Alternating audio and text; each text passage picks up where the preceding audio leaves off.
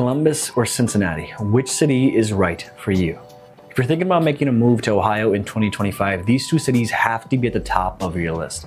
But let me tell you this, they could not be more different.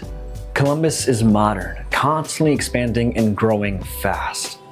Cincinnati, on the other hand, has its hand in deep-rooted culture, history, and a charm that's hard to replicate. So today, we're gonna break down every single thing, from the cost of living to the real estate market, lifestyle, and whatnot, so we can ultimately answer one specific question. Columbus or Cincinnati? Where should you live? Roll the intro. I got the time today. I'm looking for all of the fades, want all of the smoke. All of my goals inside of the scope. I'm taking it healed and coming for more.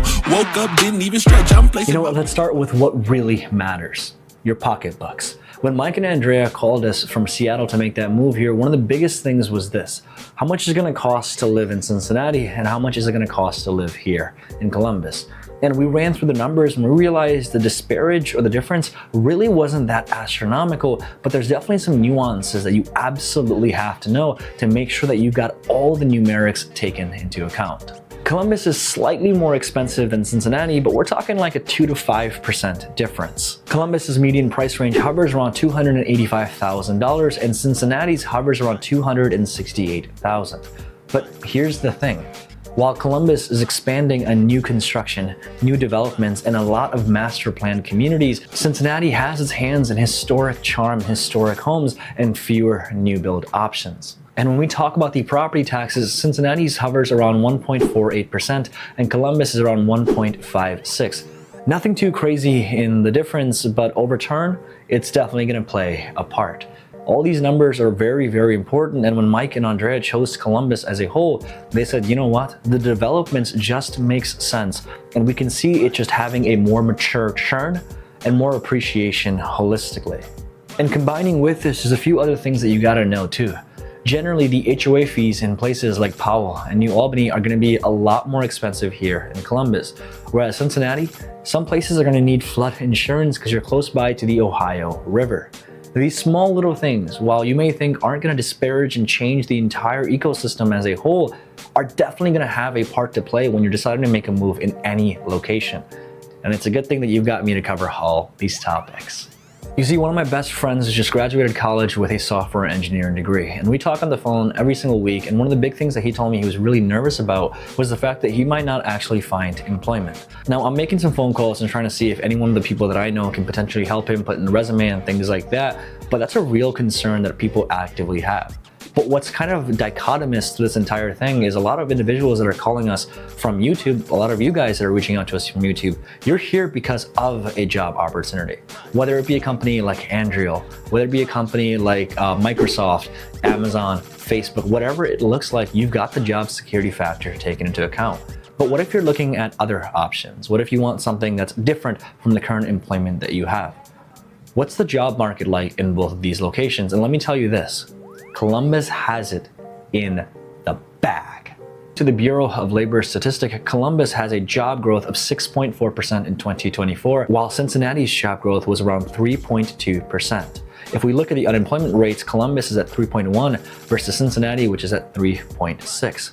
Now, why is this actually the case? Well, Columbus has massive headquarters to massively built companies. Companies like Nationwide Insurance, Honda, and Intel have made Columbus their central base. And it makes sense. I mean, think about it. Dublin is home to the first ever Wendy's. Why would you not want to make this your home base, right?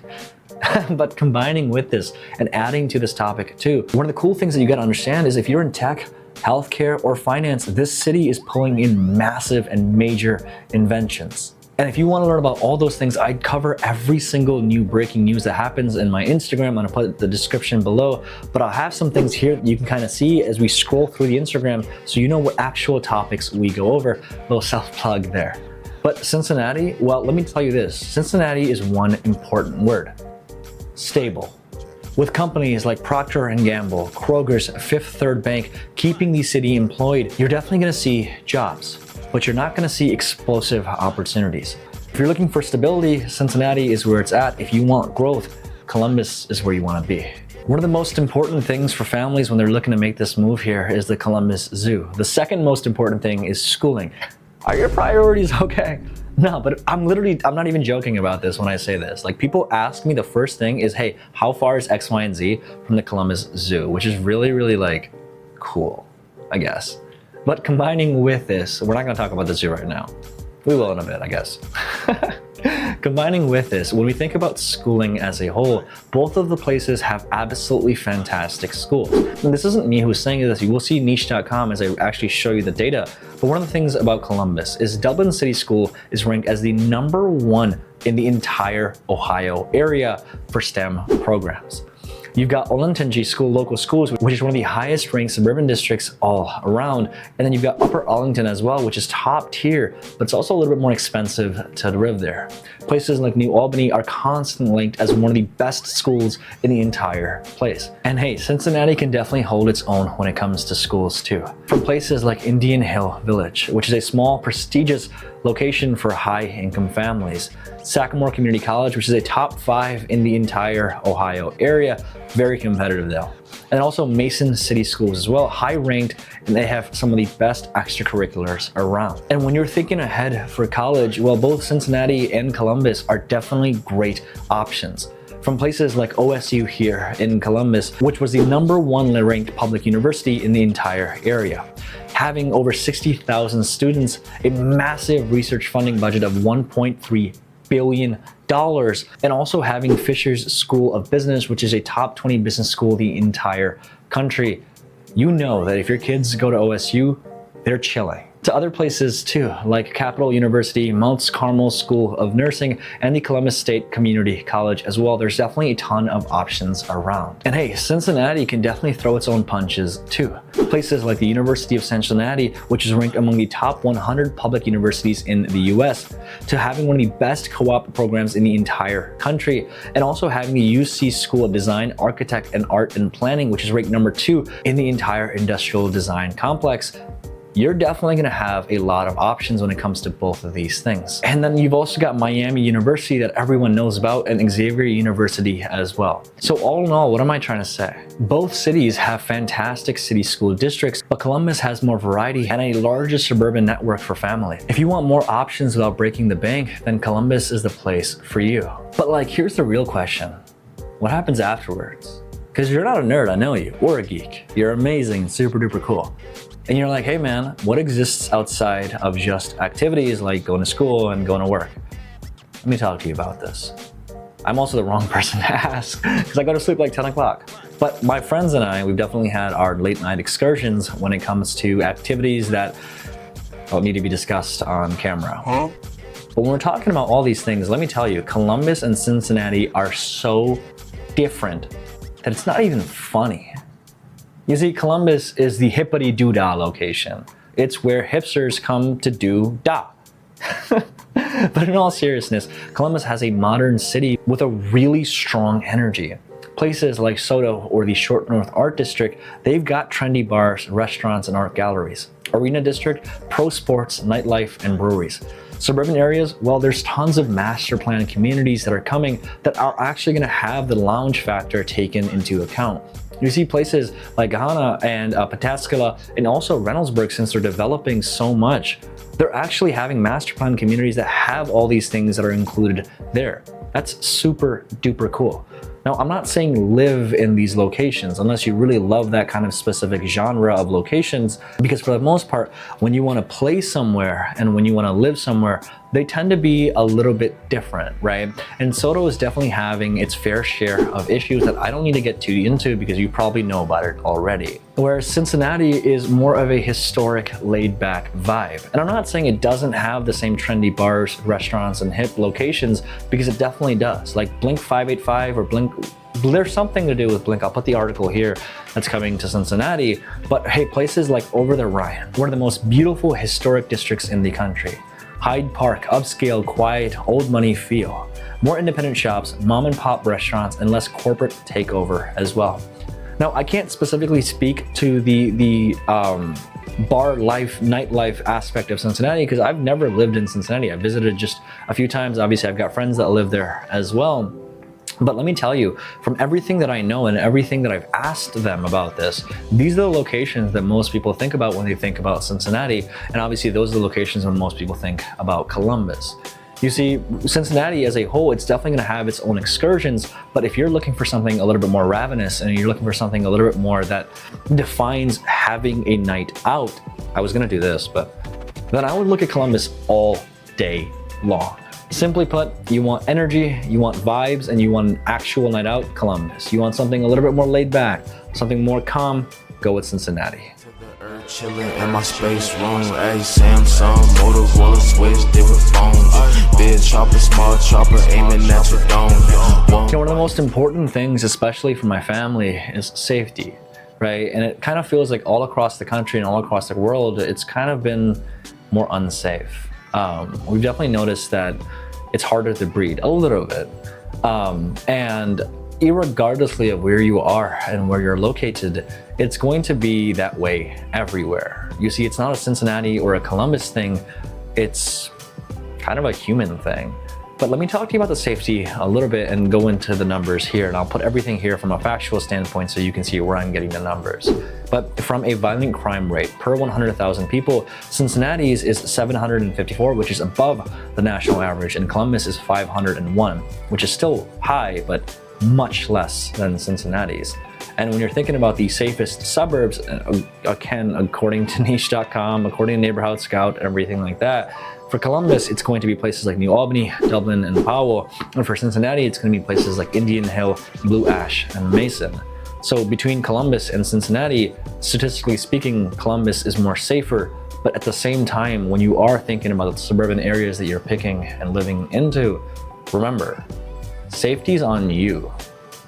It's up to you to be safe where you're living. Take all the safe precautions, take all the safety measures, and be careful. You know what I've never had a problem with, but everyone else that I know does? It's traffic. And I made a comment in one of my earlier videos when I said that our traffic isn't as bad as LA. I actually had a client of mine reach out from LA who's thinking about making a move to Columbus, and she goes, Columbus sucks. And I'm like, what are you talking about? She goes, the traffic is worse than LA. And I'm like, no, it's not. You live in LA. She goes, yes, it is. I live in LA. So we had a massive discussion about that. And I actually statistically showed that it's not, and I felt really great about it. But the whole point of this being is simply this. What's worse, traffic here or traffic in Cincinnati? Let me know in the comments below what you think is worse. Ready for it? Dun dun dun dun. Columbus wins. You see, the average commute time in Cincinnati is 28 minutes. In Columbus is 23. And it makes sense for most locations, whether you're coming from Reynoldsburg, whether you're coming from places like Dublin, whether you're coming from places anywhere. It's about a 20 to 25 minute drive to the heartland of Columbus.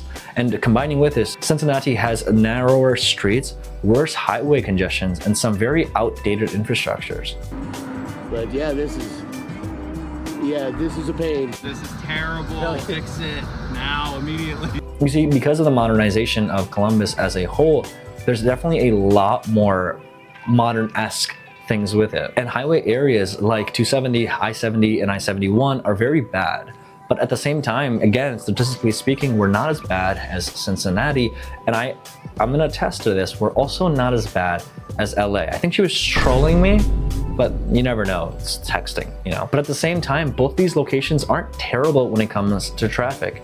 So if traffic is kind of a massive factor for you, they're only about 5 minutes in difference. So either or is perfectly fine. Don't necessarily use traffic as a mechanism to choose where should you live, because either of them are perfectly fine. So the final question, where should you live?